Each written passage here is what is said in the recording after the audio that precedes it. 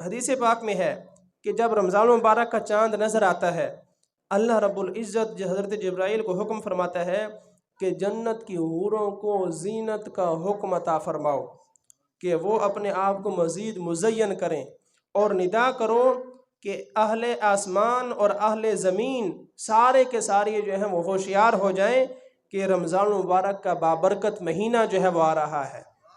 رمضان المبارک کا بابرکت مہینہ آ رہا ہے۔ جو شخص اس مہینے کی تعظیم کرے گا بخشا جائے گا، جو شخص اس مہینے کی تعظیم کرے گا بخشا جائے گا، اور شیطان کو قید کر دو تاکہ وہ روزے داروں کو گناہوں میں مبتلا نہ کر سکے اور روزے دار اس کے جو ہے وہ شر سے محفوظ رہ سکیں۔ تو رمضان المبارک کا ادب، احترام، تعظیم، توقیر یہ بھی ہم پر لازم ہے، اور اسی تعظیم کی وجہ سے ہی بندے کی بخشش ہو سکتی ہے۔ بخارا شہر میں ایک آتش پرست ہے، آگ کی پوجا کرنے والا۔ رمضان المبارک کے مہینے میں اس کے بیٹے نے جو ہے وہ سرعام بازار میں جو ہے وہ کھانا پینا شروع کر دیا۔ اس نے کافر ہونے کے باوجود اپنے بیٹے کو تھپڑ مارا کہ تمہیں حیا نہیں آتا کہ مسلمانوں کے روزوں کا مہینہ ہے اور تم باہر جو ہے وہ کھڑے ہو کر کھا پی رہے ہو، تو رمضان کے ادب کا بھی تمہیں پتہ نہیں ہے۔ اور وہ اسے لے کر چلا گیا۔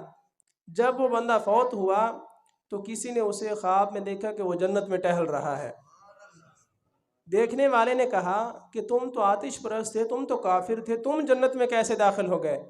اس نے کہا اور تو میرے پاس کوئی بھی عمل نہیں تھا، لیکن ایک دفعہ میں نے رمضان المبارک کی تعظیم اور ادب کی وجہ سے اپنے بیٹے کو ڈانٹا تھا اور مارا تھا۔ اللہ نے رمضان کی تعظیم کی برکت کی وجہ سے مرنے سے پہلے پہلے مجھے ایمان کی دولت سے سرفراز فرما دیا، اور یہ وہ ایمان کی برکت ہے اور رمضان کی تعظیم کی برکت ہے کہ میں آج جو ہے وہ جنت میں ٹہل رہا ہوں۔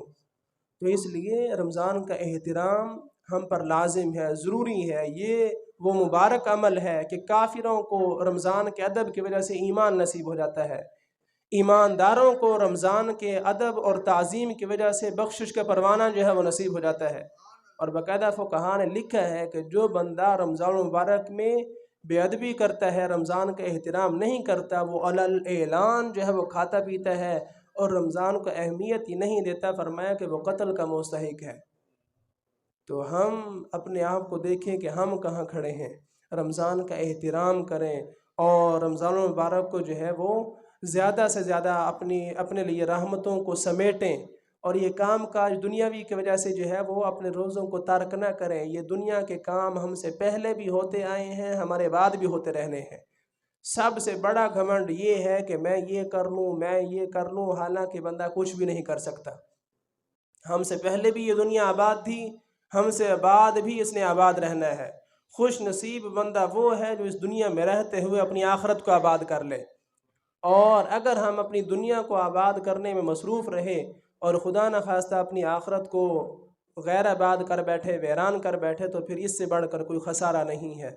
تو زیادہ سے زیادہ جو ہے وہ ذکر الہی کریں، جس طرح میں نے پچھلے جمعہ بھی جو ہے وہ گزارش کی تھی، حدیث پاک میں ہمیں حکم دیا گیا ہے کہ لا الہ الا اللہ کی کثرت کریں، استغفار کی کثرت کریں، اور جنت کا سوال کریں، جہنم سے پناہ مانگیں۔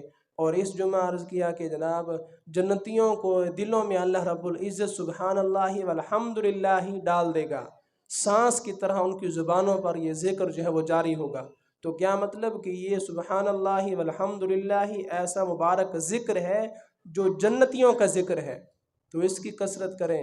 اور قرآن کریم پڑھے ہوئے ہیں تو قرآن کریم پڑھیں اور مسائل سیکھیں، حضور کی حدیث سنیں، دن کو روزہ رکھیں، رات کو جتنا ہو سکے جو ہے وہ قیام کریں، اور نمازوں کی پابندی کریں، نمازوں کی پابندی کریں۔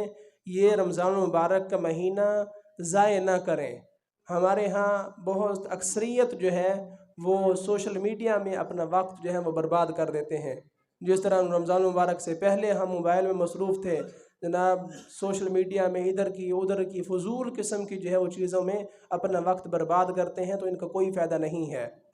اگر آپ کہیں کہ فائدہ ہے تو آخرت سے بڑھ کر تو اس کا کوئی فائدہ نہیں ہے، آخرت سے بڑھ کر تو اس کا کوئی فائدہ نہیں ہے۔